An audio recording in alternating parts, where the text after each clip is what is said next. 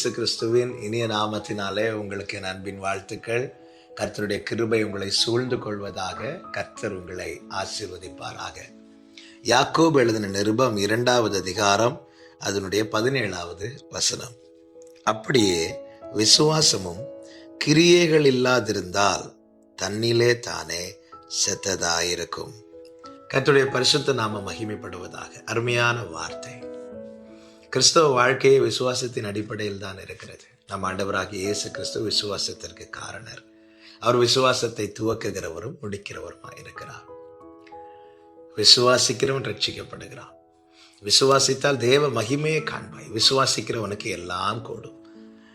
இன்னும் ஏன் விசுவாசம் இல்லாமல் தேவனுக்கு பிரியமாய் இருப்பது கூடாத காரியம். இந்த வேதம் முழுவதுமே ஒரு மனிதனை விசுவாசியாகவும் விசுவாசத்திலே வல்லவனாய் மாற்ற எழுதி கொடுக்கப்பட்டிருக்கிறது. ஒவ்வொரு வார்த்தையும் நமக்குள்ள விசுவாசத்தை புதுப்பிக்கிறது, விசுவாசத்தை உயிர்ப்பிக்கிறது. அதே நேரத்தில் கிரியை இல்லாத விசுவாசம் செத்ததா இருக்கிறது என்று வேதம் நமக்கு காண்பித்து தருகிறது.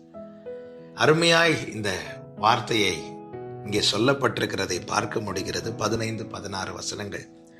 ஒரு சகோதரனாவது சகோதரியாவது வஸ்திரம் இல்லாமலும் அனுதின ஆகாரம் இல்லாமலும் இருக்கும்போது உங்களில் ஒருவன் அவர்களை நோக்கி, நீங்கள் சமாதானத்தோட போங்கள், குளிர் காய்ந்து பசியாருங்கள் என்று சொல்லியும் சரீரத்துக்கு வேண்டியவைகளை அவர்களுக்கு கொடாவிட்டால் பிரயோஜனம் என்ன?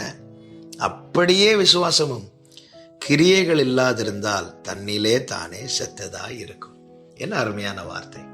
ஒருத்தங்க பசியில் இருக்கிறாங்க, வஸ்திரம் இல்லாமல் இருக்கிறாங்க. நம்ம கிட்ட அவர்களுக்கு கொடுக்கிற ஆகாரம் இருக்கிறது, வஸ்திரம் இருக்கிறது. இப்பொழுது நமக்கு பசி இல்லை, அவங்களுக்கு பசி இருக்குது. புரியும்படி சொல்ல வேண்டுமா? என்கிட்ட ஒரு பொட்டலம் இருக்கு சாப்பாடு, என்கிட்ட வேற இல்லைன்னு வச்சுக்கோங்களேன். என் முன்னாடி ஒரு சகோதரன் பசியில் இருக்கிறான். எனக்கு இப்போ பசி இல்லை, அவனுக்கு பசி இருக்குது.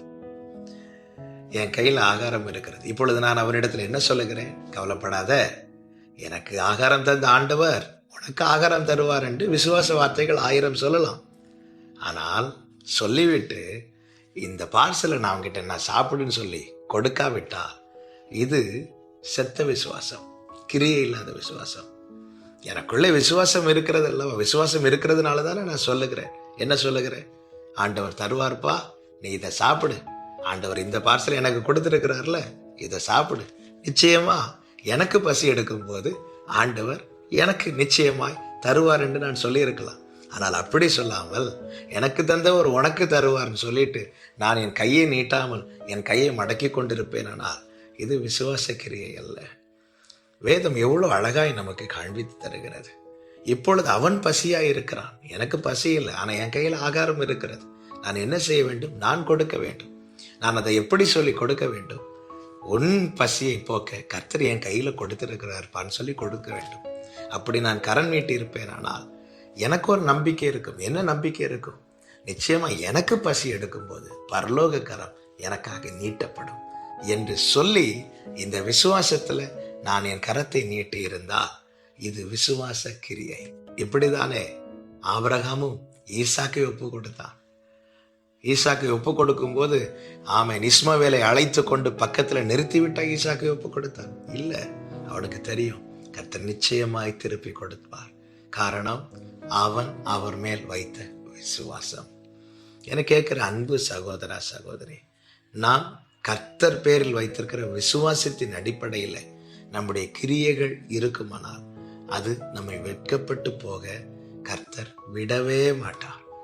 காண ஒரு கல்யாண வீட்டில் வேலைக்காரர்கள் அவர் சொன்ன வார்த்தையை அப்படியே செய்தார்கள்.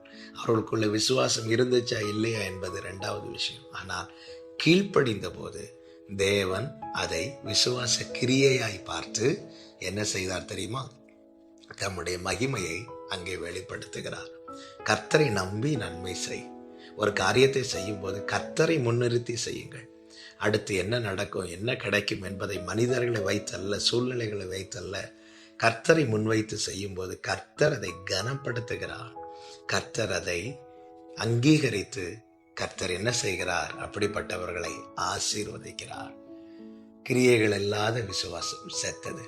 விசுவாசம் வர்த்திக்கப்பட கிரியைகளில் அதை காண்பிக்க கர்த்தர் நம் ஒவ்வொருவருக்கும் அனுக்கிரகம் செய்வாராக. ஜெபிக்கலாமா? எங்கள் நல்ல தகப்பனை, இரக்கமுள்ள பிதாவே, இந்த நாளில் நீர் எங்களுக்கு கற்றுத்தந்த முடிய நல்ல வார்த்தைகளுக்காக ஸ்தோத்திரம் ஆண்டவரே. அப்பா, விசுவாச கிரியை எங்களில் வெளிப்பட கர்த்தர் எங்களை உணர்த்தி, கர்த்தர் எங்களை கற்றுத்தந்து, கர்த்தரே எங்களை நடத்துவீராக. அப்போஸ்தலனாகிய பவுல் சொன்னாரே, நான் விசுவாசித்திருக்கிறவர் இன்னார் என்று அறிவேன், நான் அவரிடத்தில் ஒப்புவித்ததை அவர் அந்நாள் வரை காத்துக்கொள்ள வல்லவராயிருக்கிறார் என்று அறிந்திருக்கிறேன். இந்த நிச்சயத்தோடு முன் செல்ல எங்களுக்கு கிருபை செய்தருளும். இயேசு கிறிஸ்துவின் நாமத்தில் பிதாவே, ஆமென்.